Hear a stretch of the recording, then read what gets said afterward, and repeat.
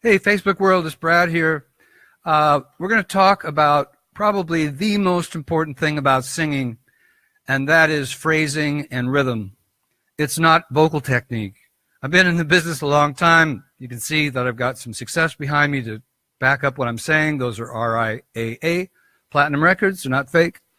And the point here is that many people think that vocal technique is what makes a star.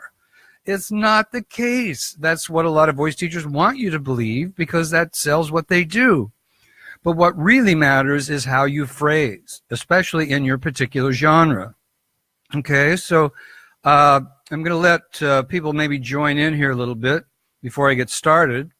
Good to see Deborah saying thumbs up. And John has joined me. Anyway, you'll all be able to obviously see this later on.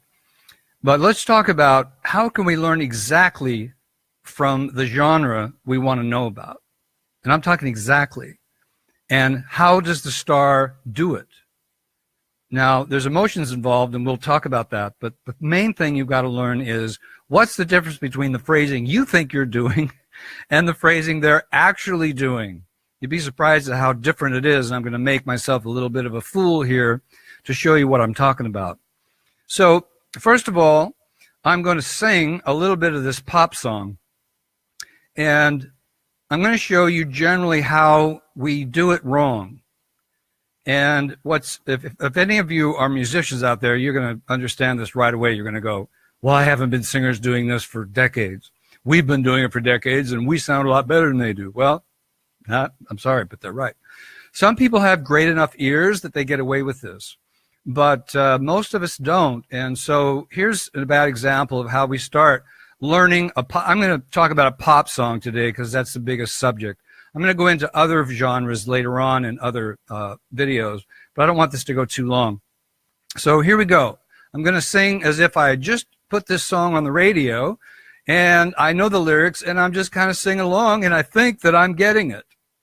And I'm going to record this so that we can both hear back what an idiot I was.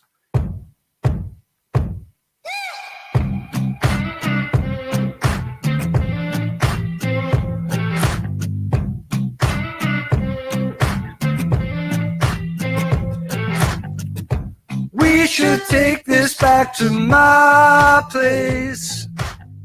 Sound familiar? You probably heard people do that. Let's see what that sounded like. I'm not sure I want to know what it sounded like, but let's see what it sounded like.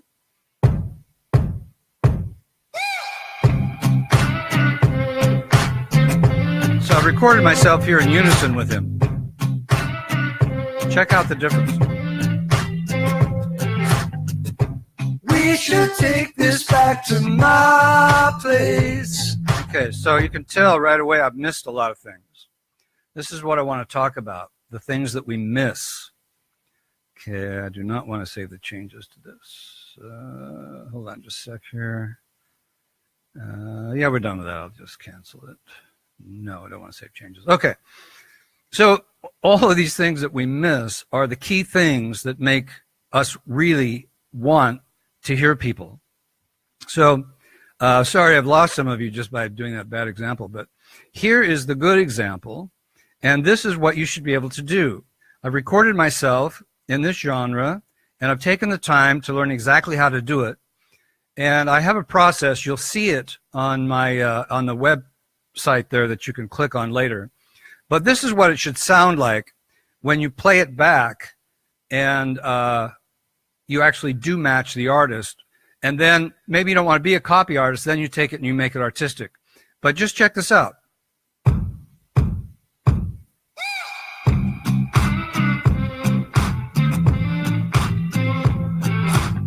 And I was rocking when I did this. The other one I wasn't moving. We should take this back to my place. Hear the unison? Almost like I'm him. Now, I'm going to share this screen with you for just a second and just show you. Well, actually, I don't need to do that. Never mind. I'm just going to play this back without me there and point out some things to you. The things that are missing in the first example are, for instance, I'm going to save us a little time here by shortening the introduction. We should take this back to my place. Okay, one of the main things that I missed, because this is dance music, is I missed the fact that it's staccato, not legato. I sang like a piece of sheet music.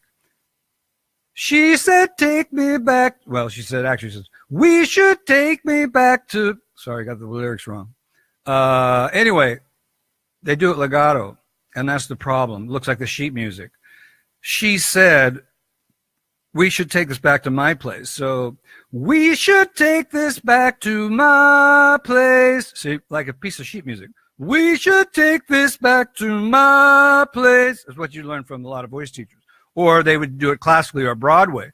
We should take this back to my place. See, I'm missing a ton of things that matter very, very much in this genre of music. So again, just listen carefully to him.